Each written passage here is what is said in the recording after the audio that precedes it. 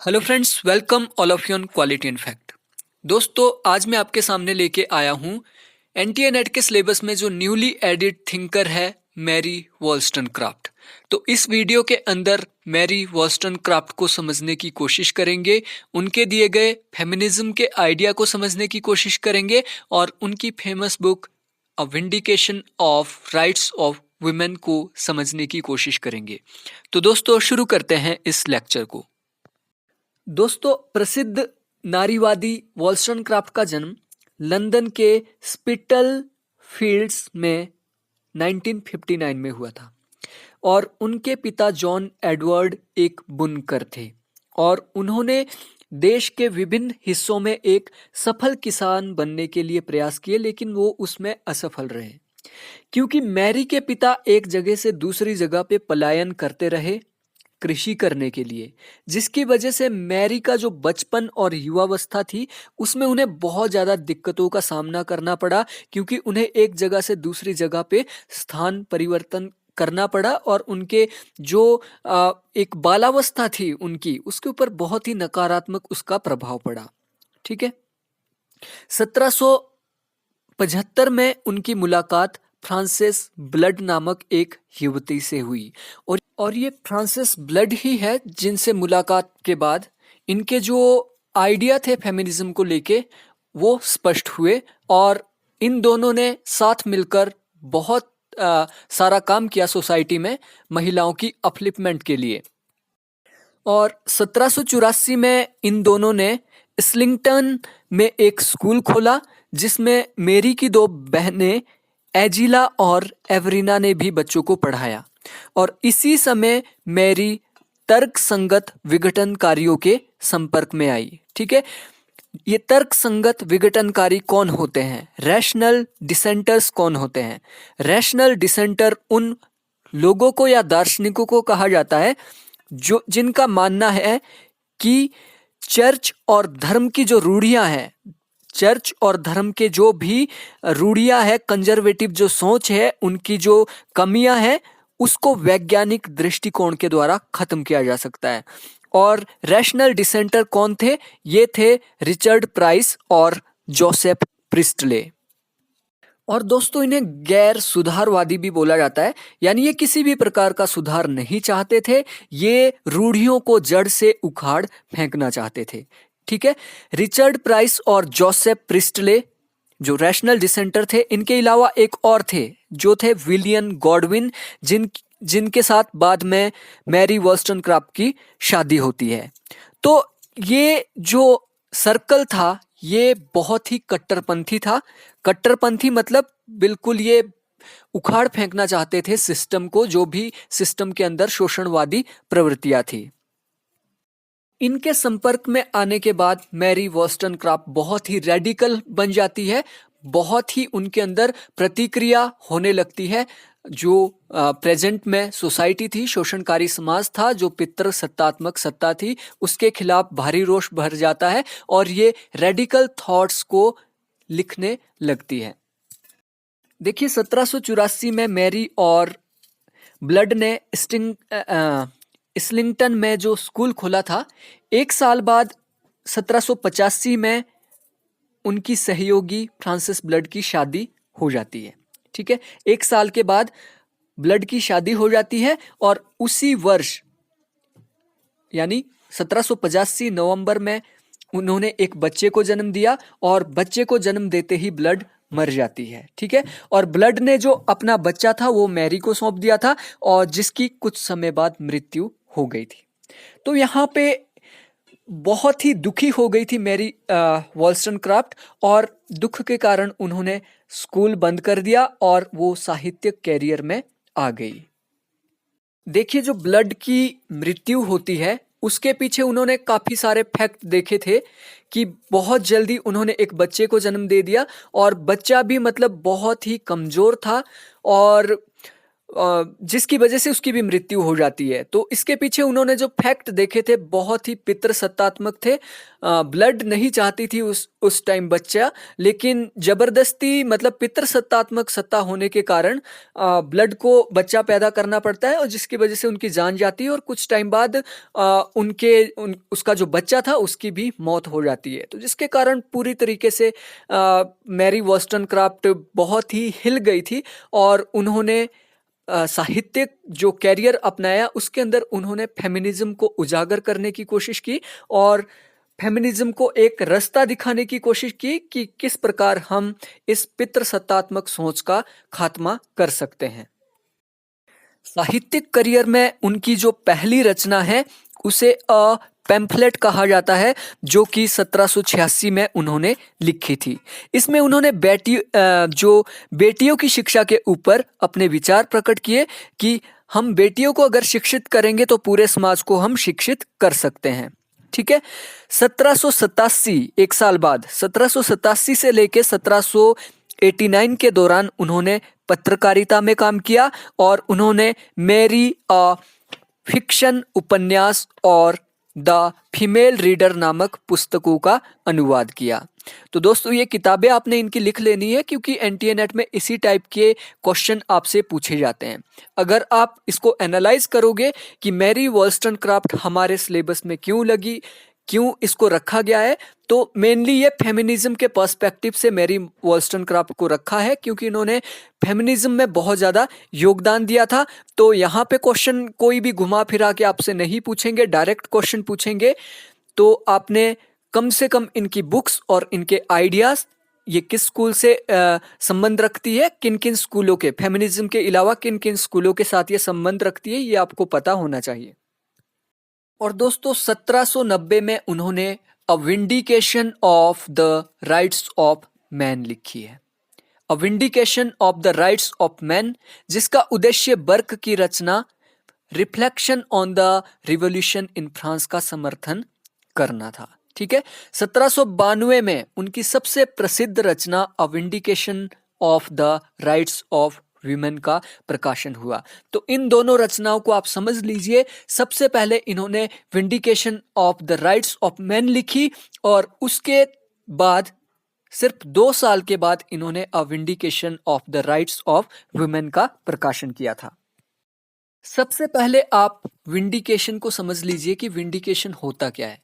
Vindication का मतलब होता है किसी चीज का समर्थन करना या किसी चीज में कुछ योगदान देना या किसी चीज की पुष्टि करना, यही होता है विंडिकेशन।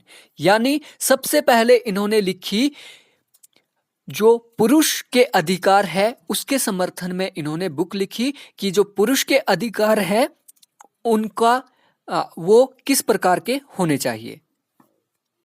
लेकिन दोस्तों 1791 के अंदर फ्रेंच नेशनल असेंबली के अंदर चार्ल्स मॉरिस टेरीलैंड ने एक रिपोर्ट पढ़ी और इस रिपोर्ट के अंदर उन्होंने महिलाओं को दूसरे दर्जे का माना और उन्हें नेशनल एजुकेशन से अलग रखकर उन्हें सिर्फ स्पिरिचुअल या फिर आप बोल सकते हैं इमोशनल शिक्षा देने के ऊपर ज़्यादा फोकस किया और उन्हें रैशनल शिक्षा से अलग रखने की कोशिश की गई, जिसके प्रतिक्रिया स्वरूप उन्होंने a vindication of rights of women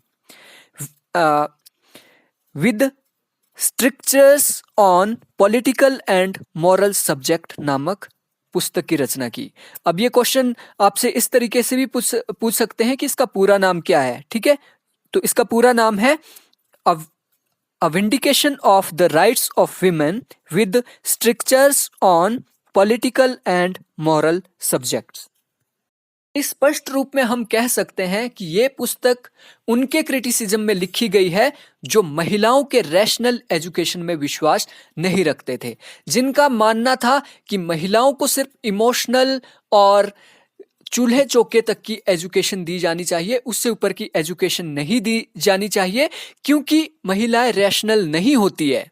ठीक है, यानी जितनी भी महिलाएं हैं वो ज्यादातर गॉसिप्स में ही लगी रहती है, चुगली में ही लगी रहती है, एक दूसरे के क्रिटिसाइज में लगी रहती है और वो रैशनल तरीके से नहीं सोचती है। वो इतिहास की का भी उदाहरण देते हैं कि इतिहास में ऐसी कोई महिला नहीं हुई है जिसने दर्शन के अंदर या फिर विवेकशील जो साहित्य है, रैशनल जो साहित्य है, उसमें किसी भी प्रकार का योगदान नहीं दिया है। लेकिन मैरी वॉल्स्टनक्राफ्ट बोलती है कि पुरुषों की ये सोच बहुत ही घटिया है, बहुत ही बेकार है। ऐसा नहीं है, महिलाएं भी रैशनल तरीके से सोच सकती है अगर उन्हें उस तरीके की एजुकेशन दी जाए। तो मैरी वॉल्स्टनक्राफ्ट अपनी इस किताब में कहती है कि महिलाओं को एजुकेशन पुरुषों के जैसी दी जानी चाहिए, यानी इक्वल एजुकेशन का वो समर्थन करती है अपनी इस बुक में।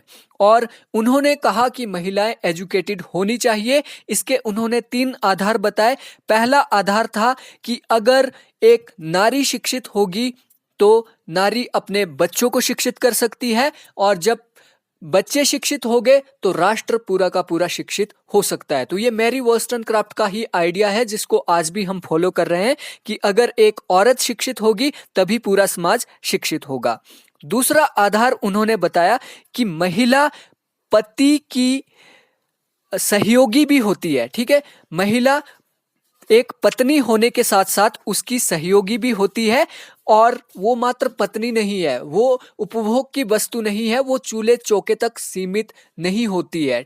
ठीक है, और तीसरा आधार इन्होंने बताया नेचुरल राइट्स के आधार पर। इन्होंने बताया कि नेचुरल राइट्स जो भगवान ने दिए हैं, जैसा कि जॉन लॉक बोलते थे, तो नेचुरल राइट्स सभी को बराबर दिए हैं। किसी भी जेंडर को देखकर कभी भी नेचुरल राइट्स नहीं दिए जाते हैं, यानी नेचुरल राइट्स के आधार पर सभी को शिक्षा प्राप्त करने का समान अधिकार दिया जाना चाहिए। देखिए, मैरी वॉल्स्टनक्राफ्ट रैशनल एजुकेशन के समर्थन में इतना क्यों थी? अभी तक क्या था, महिलाओं को इमोशनल एजुकेशन दी जाती थी, चूल्हे चौके की, बच्चों के पालन पोषण तक की ही एजुकेशन दी जाती थी। इससे क्या है, महिलाओं की सोच डेवलप भी नहीं हो पा रही थी। ठीक है, बिल्कुल भी डेवलप नहीं हो पा रही थी। इमोशनल रूप से वो मतलब परिपक्व थी, लेकिन रैशनल रूप से उन्हें बढ़ने का मौका ही नहीं दिया जा रहा था।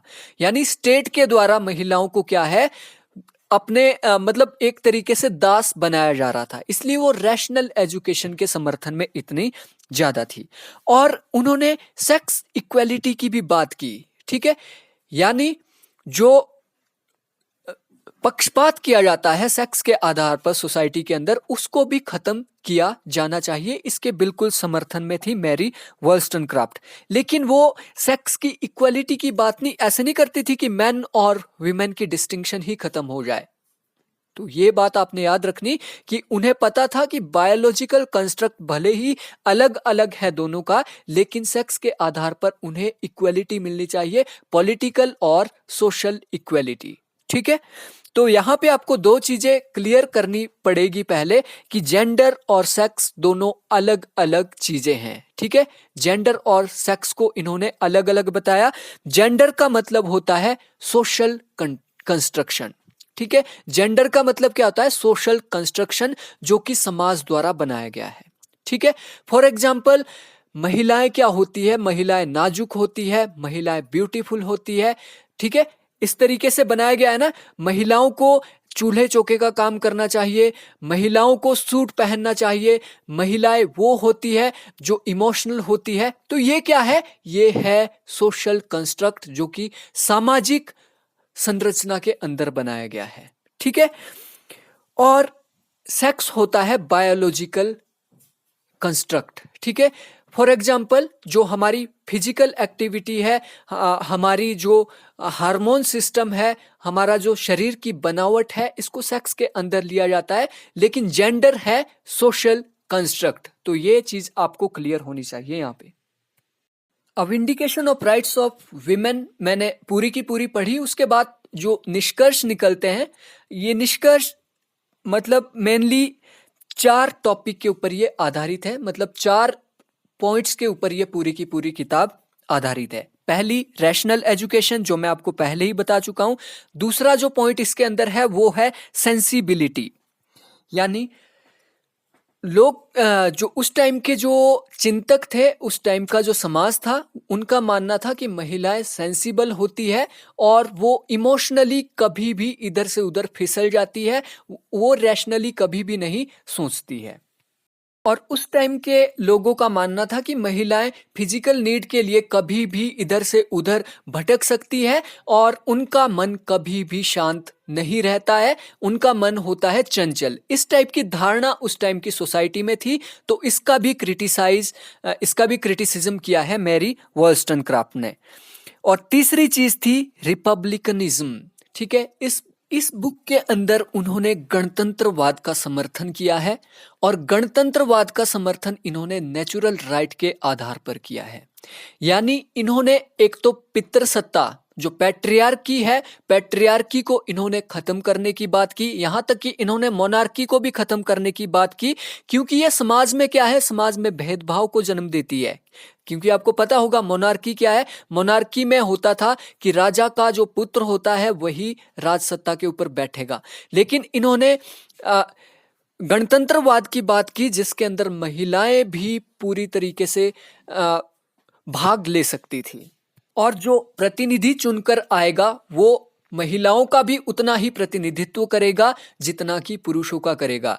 तो ये जो इनकी vindication of rights of women, इसको बाइबल बोला जाता है रिपब्लिकनिज्म का। ये भी आपने याद रखना, गणतंत्रवाद का बाइबल भी इसको बोला जाता है। चौथी चीज जो इसमें निकलकर सामने आती है vindication of rights of women, वो है क्लास के बारे में। क्लास यानी कि वर्ग। और इन्होंने मिडिल क्लास को इन्होंने मोस्ट नेचुरल स्टेट कहा है। मिडिल क्लास को इन्होंने मोस्ट नेचुरल स्टेट कहा है और ये खुद भी मिडिल क्लास के रहने वाली थी। इसमें इन्होंने अपर क्लास यानी जो वेल्दी पीपल है उनका क्रिटिसाइज किया है और जो पुअर पीपल है उनको इन्होंने सबसे बेस्ट स्थिति में माना है, क्योंकि वेल्थ का असर इनके ऊपर बहुत कम होता है। इन्होंने मिडिल क्लास का तो समर्थन किया है, लेकिन अपर क्लास का इन्होंने बहुत ही क्रिटिसाइज किया है, क्योंकि इनका मानना था कि जो अपर क्लास है, अपर क्लास में महिलाओं का ज्यादा शोषण होता है रीति रिवाजों के नाम पर, परंपराओं के नाम पर। तो आपको यहाँ पे जो याद रखना है सिर्फ कि इन्होंने 3 क्लासेस की बात की है, मिडिल क्लास, अपर क्लास और पुअर क्लास। ठीक है, जिसको लोअर क्लास भी बोला जाता है। इससे ज्यादा आपसे कोई भी क्वेश्चन आई थिंक नहीं पूछेगा एनटीए। दोस्तों, इस किताब के अंदर वो महिलाओं से संबंधित उदार विचारों को अपनाती है। रूढ़िवादी विचारों का त्याग कर वो क्या करती है, उदार विचारों को अपनाने पर जोर देती है और वो इस धारणा को खारिज करती है कि महिलाएं पुरुषों से निचले दर्जे की प्रकृतिवश है, यानी प्रकृति ने उन्हें पुरुषों से नीचे बनाया है। ठीक है, तो उदारवादियों की तरह उनका मानना था कि महिलाएं पुरुषों की तरह तर्क संगत प्राणी हैं और इसलिए स्वतंत्रता और आत्मनिर्णय के अधिकारों की महिलाएं हकदार है। वो कहती है कि नारीत्व यानी स्त्री होना उनके साथ भेदभाव का नैतिक रूप से कोई प्रासंगिक मानदंड नहीं है। यह माना जाता है कि महिलाएं अक्सर परिवार के बाहर की दुनिया में काम करने के लिए सही नहीं होती। हालांकि सच्चाई तो यह है कि उन्हें शिक्षा के माध्यम से अपनी प्रतिभा या चरित्र विकसित करने का अवसर नहीं दिया जाता है। वो कहती है कि आज महिलाएं शिक्षित तो है, लेकिन उनकी शिक्षा आत्मनिर्भरता के लिए नहीं, बल्कि उन्हें ऐसी शिक्षा दी जाती है जिससे वे पुरुषों के दबाव में उनकी सहायक ही बन सके। यही कारण है कि हमारा समाज आज भी पुरुषवादी यानी पैट्रियार्कल है। उनकी शिक्षा ऐसी की जाती है जिससे वे विनम्र, भावनात्मक व निम्न बन जाए। इसलिए महिलाएं चुगली करने जैसी आदत में लगी रहती है। सरल शब्दों में कहा जाए तो उनका स्त्रीत्व नारी के रूप में अधीनस्थता सामाजिक रूप से नियंत्रित है। यदि महिलाओं को सही तरीके से शिक्षित किया जाए तो वे पूर्ण रूप से पुरुषों की तरह अपने अधिकारों का आनंद ले सकती है, और यदि उन्हें कानूनी रूप से अपने पति से स्वतंत्र किया जाए और अपना व्यवसाय चुनने के लिए स्वतंत्र की जाए तो वो समाज की उन्नति में पुरुषों के साथ कंधे से कंधा मिलाकर चलेगी। इसी किताब के अंदर उन्होंने मैरिज को भी बहुत क्रिटिसाइज किया। उन्होंने कहा कि विवाह एक प्रकार की वेश्यावृत्ति है। वो कहती हैं कि महिलाएं पुरुषों के लिए सुविधाजनक दास बनकर रह गई है। इस तरह की गुलामी को बनाए रखने वाले मूल्यों को राजतंत्र, चर्च और सैन्य गतिविधियों द्वारा संस्थागत रूप दिया जाता है, जिसमें सामाजिक न्याय कभी भी हासिल नहीं किया जा सकता। उन्होंने चर्च, राजतंत्र और सैन्य प्रतिष्ठानों को असमानता बरकरार रखने वाला यंत्र के रूप में परिभाषित किया, और इस पॉइंट को आपने बिल्कुल लिख लेना है, ये बहुत ज़्यादा इम्पोर्टेंट है। दोस्तों, मैरी के कई पुरुषों के साथ संबंध थे, जिनमें 1793 और 1795 के बीच उनका संबंध एक अमेरिकी बिजनेसमैन गिलबर्ट इमले के साथ था, जिनसे उन्हें एक बेटी हुई थी जिसका नाम फ्रांसेस रखा गया। फ्रांसेस ब्लड की याद में उनका नाम रखा गया था, ठीक है। जो उनकी मित्र थी जिनके साथ उन्होंने एक स्कूल खोला था, उनकी याद में फ्रांसिस उसका नाम रखा गया था। जो ईमेल था, ईमेल का व्यवहार मेरी के प्रति बिल्कुल भी अच्छा नहीं था, जिस कारण उन्होंने 2 बार खुदकुशी करने की भी कोशिश की थी। मार्च 1797 में उन्होंने विलियम गॉडविन से शादी की थी। ये वही विलियम गॉडविन है जो कि रैशनल डिसेंटर थे, ठीक है, तर्कसंगत विघटनकारी, जो पहले ही आपको मैं बता चुका हूं। कुछ समय बाद इन्होंने एक लड़की को जन्म दिया जिसका नाम इन्होंने शैली रखा, और शैली के जन्म के तुरंत बाद उनकी मृत्यु हो गई।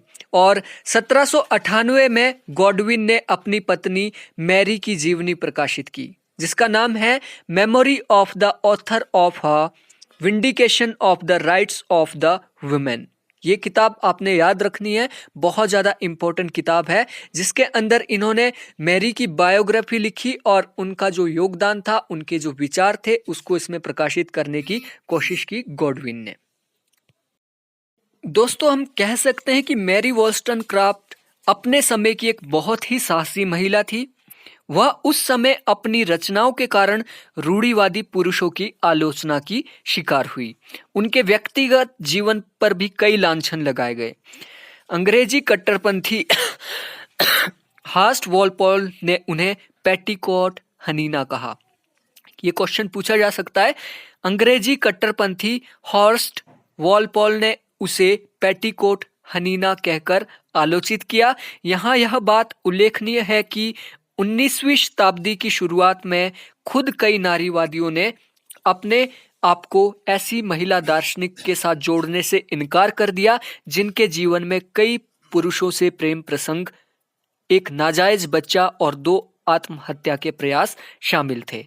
हालांकि 19वीं सदी के अंत तक a vindication of the rights of women ने नारीवाद के नींव, ठीक है, बाइबल के रूप में मान्यता प्राप्त कर ली थी।